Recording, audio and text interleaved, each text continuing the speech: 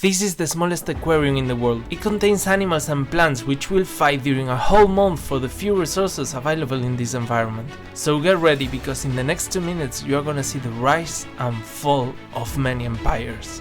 If we Google it, we find that the smallest aquarium was made in 2011 and it holds up to 10 milliliters of water. 2 teaspoons. I think I can do it better. I glued 2 microscope slides. That way we have a lot of area to look at while there's very little volume inside the aquarium. But I didn't want to make it boring, so I made a cave system out of bottle cap shreds. Here the animals can hide and live more comfortably. It's not the most beautiful one, but there you have it. With a capacity of 3.5 milliliters of water, this is about to become the world's smallest aquarium. All it needs now is life, and I'm not wasting time. I'm using moss and a single duckweed. I think it has to be enough to produce all the oxygen needed by the ecosystem.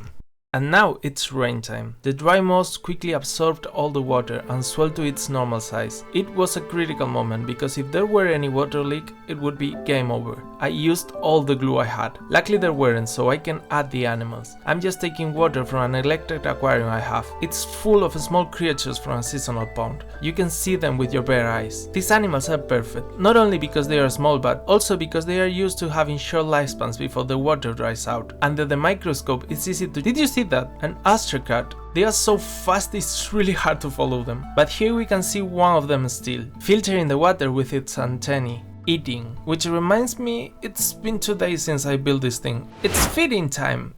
I'm adding a small amount of yogurt, which will be enough to feed all the animals in the aquarium. Even these small paramecia that are playing around in the cave systems. Whoa, that was massive! It seems like this capepod preferred to eat its neighbors rather than the food I gave him.